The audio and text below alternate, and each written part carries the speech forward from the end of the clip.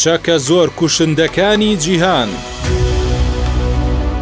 بۆمبی B41 چەکێکی ئەتۆمی گەرمیە و چەند کڵاوەیەکی ئەتۆمی هەڵدەگرێت و بە گەورەترین چەکدا دەنرێت کە ویلایەتە یەکگرتووەکانی ئەمریکا دروستی کردووە و بۆمبێکی بەهێزە و ترسناکە و 4800 کیلۆگرامە و درێژیەکەی 4 مەترە و تیرەکەی مەترێک و 32 سانتیمەترە و تەنیا فڕۆکەی B52 B47 دەتوانن ئەم بۆمبە هەڵبگرن و لە ساڵی 1957 بەرهەمێنانی ئەم چەکە وەستاوە.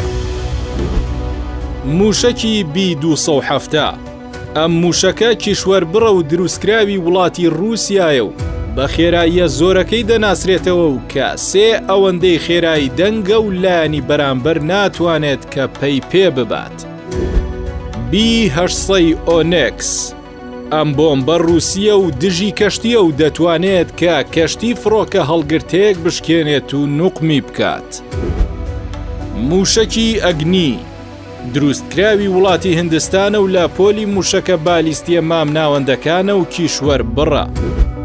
بۆمبی B53 ئەم بۆمبە بۆمبێکی ئەمریکی ئەتۆمی گەرمی دەرە و 9 تەنتی ئێنتی تێدایە و خاوەن هێزێکی زۆر وێرانکەرە و لەم دوایانە بەکار نەهاتووە.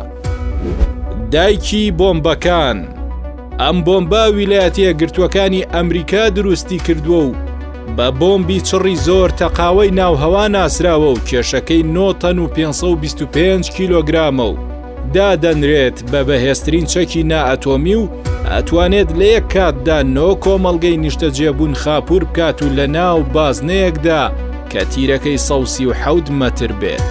ئەم بۆمبە یەکەم جار لە جەنگی ئەفغانستان لە ساڵی 2007 بەکار هاتووە.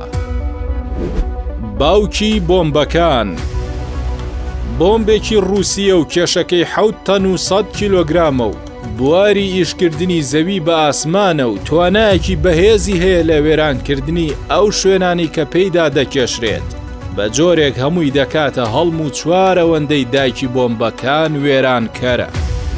بۆمبی قەیسەر پاشای بۆمبەکان دروستکراوی رووسایە و کێشەکەی 27 تەنە و تۆپێکی ئاگرین دروستەکات بە تیرەی 3 کیلۆمەتر و نیو و بە درێژی 60 کیلۆمەتر لە ئاسماندا بە شێوەی پەڵە هەور بڵاو دەبێتەوە و ساڵی 1961 بەکار هاتووە.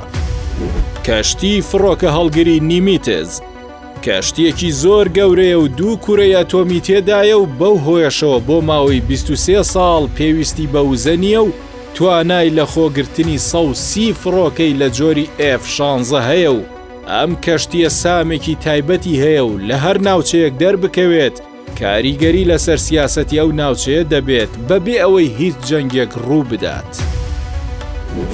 موشەکی ترایدینێتی 2 ئەم موشەکە توانای هەڵگرتنی 8 کڵاوەی ئەتۆمی گەرمیدەری هەیە و دەتوانرێت لە ژێر دەریاوە ئاراستەی ئامانجەکان بکرێت.